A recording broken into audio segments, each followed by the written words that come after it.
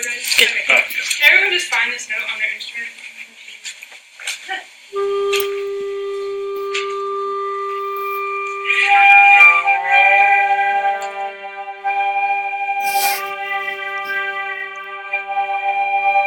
Someone raise their hand and tell me what concert pitch that is. Here's it. It's a G. Yeah, so what are our possibilities of what key we can be in? I think that one thing I've improved on is that I can actually hear myself talking this time, so that's an improvement. Yeah, okay, we're in G major, so we're going to stick with that one, but that was a really good guess. Okay, so let's... I'm going to play okay, right there, I had wanted to play the G major scale, and I wish I would have. I just like skipped over that in my lesson plan. I think it would have helped them in finding like the melody if they had like been established in the key. I think it would have really helped. So we're going to start on that first pitch that we found. I'm just going to go. Can we just play that together? 1, 2, ready, go. In this part, I wish I would have incorporated the percussion a lot more, because I could tell, like, especially after watching it back, that this probably got, like, super boring for Taylor, because she, like, wasn't doing anything. I mean, I could have very easily, like, just let her, like, play a rhythm or played with us.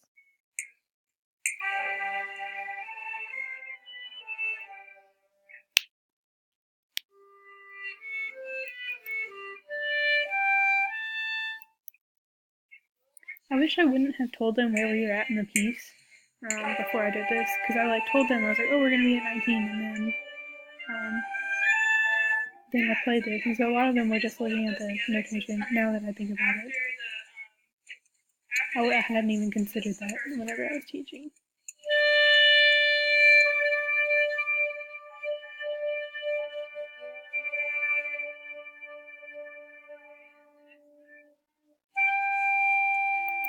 And then right here, I think I could have used less talking, and it would have made it flow a little bit more, like maybe cut them off like with my clarinet, instead of like having to take it out of my hand and then do all that. If I would have made it like more rhythmic, more metered, it might have went smoother.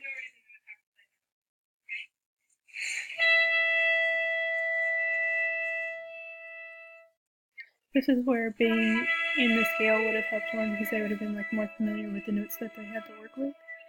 So I really wish that I would have thought about doing that. It was in my lesson plan, I just completely forgot about it. And we're just going to do those in half notes real quick. And then I said half notes, but then I sang it in quarter notes. And I could have just played it, I didn't have to sing it.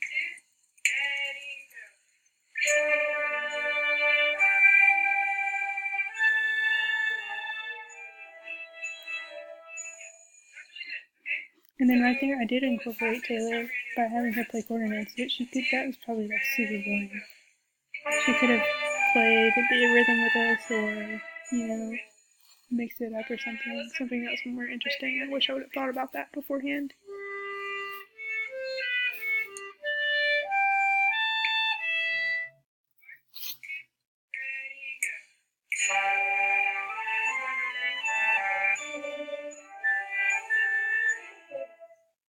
I think right here, one way that I could have worked on those 4 quarter notes, because it was a problem throughout, was just like stop and slow down and like have them explain to each other like which notes they were on.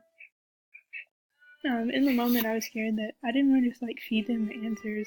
I wanted them to be able to find it, but with this much going past, I think I should have like given them a little bit more help, because they were still struggling on it. I hadn't gotten it yet. So I should have given more attention to it. I can especially hear it now, like in the video. Beforehand, I couldn't really hear it in my actual lesson. So I should have used my conducting ears more.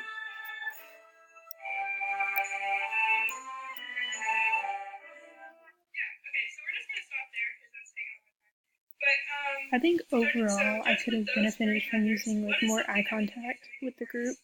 Pretty much any time that we were playing or anything like that, I was looking at my paper, which there wasn't even anything on the stand really, except for the score, which I wasn't looking at, so I guess it was just like out of habit, just looking at the stand. You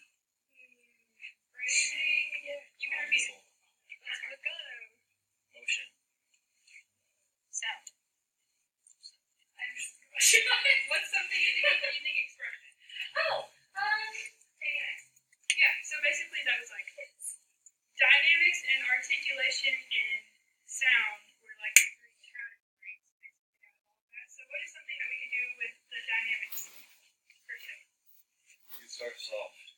Yeah, you want to start soft and then what? Throughout this entire lesson, the only two that I had to address was the dynamics and the articulation. I should have talked more about sound. Like, that could have taken, like, literally 30 seconds. Like, all I had to do was, like, let's all make sure that we're playing with a good sound, and let's hold out a G major chord since that's what you were in. And I could have, like, had them play with the best sounds, and I think that would have helped, like, address all three. Because then, now watching it back, I'm like, that doesn't even make sense that I said 3 categories, because we only addressed 2 of them.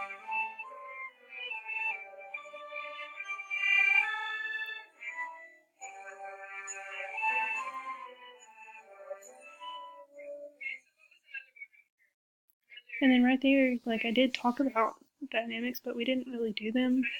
Like, I think I should have listened a little bit more, because it could have done a lot better. I think that they could have played it better. We could make it staccato. Do we want to try that? Yes. Let's just try it, okay? 1, 2, ready, go.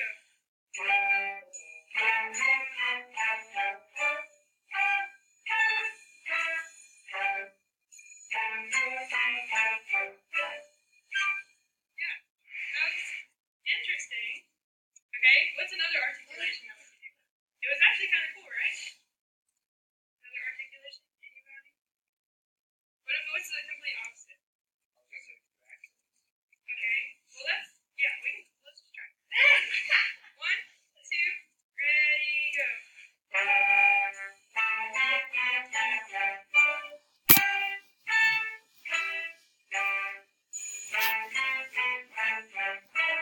Yeah. Okay, what's the complete opposite of those two? Anybody? Legato. Yeah. Okay, let's play it legato and let's do the same dynamics that Brandon and Helen were talking about. See, we were doing the articulations really well, but the dynamics those were not being done, I think, to the best of our ability. So I do wish that I would have noticed that and addressed that a little bit. Like, it could have taken, like, just one more rep to be like, hey, let's do more of those dynamics and then play it again. Not even the right notes to completely, like, beautiful, musical, complete right notes. Okay, so let's bring it into measure 19 in a piece. Can we just play there? And remember, what were the 2 things that we were talking about? And what else? Yeah, the dynamics. Okay, so if you have the melody at measure 19 right here. Yeah, trumpet, flute, first, clarinet. So let's all play that. Right here. We're gonna go 19.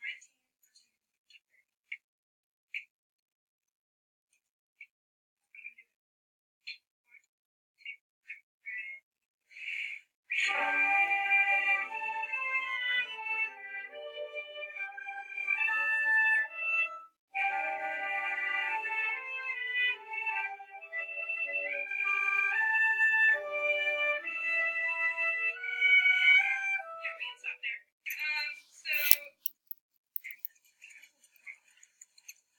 Okay, so the melody did really good job of being expressive, but now we have this other part that's not as expressive, so can we just hear the accompaniment right at 19? 1, 2, ready. And I wish I would have spent a little bit more time working with the melody, because while they were using, like, correct articulation and dynamics, they weren't all together. So, like, each person was interpreting it differently. So unifying that might have helped a little bit. Let's try that again. Just with the full sound. 19.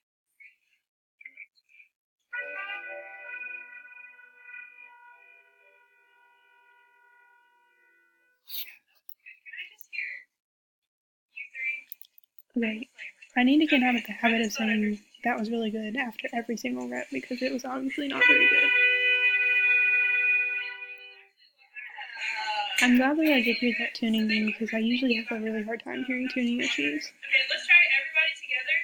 So I was kind of impressed with myself when I heard that. Expressive points that we talked about. So make sure if there's something expressive in See, now it changes to 2, so I wish I would have just, I don't know. I went from having 3 expressive points to now having 2. I think I should have, like, figured that out beforehand. It's probably kind of confusing for the players.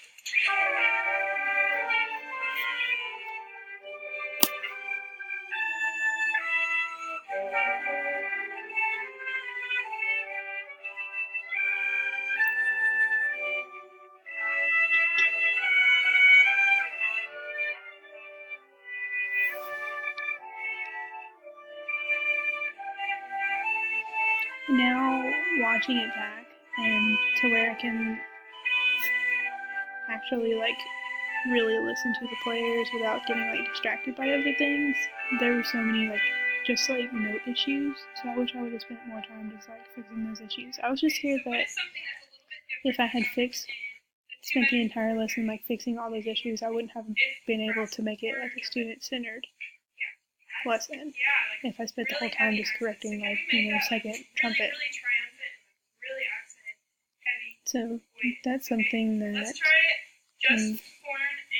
that needs some attention. Like, how do I still make sure everyone's playing the correct notes while getting all the stuff that I wanted to get done?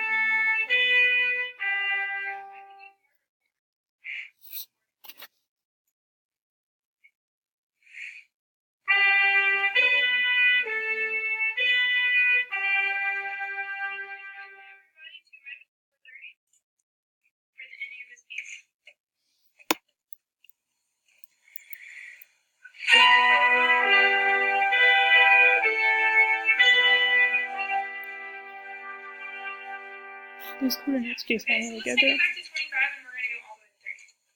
Make sure we're remembering all of those expressive qualities that we talked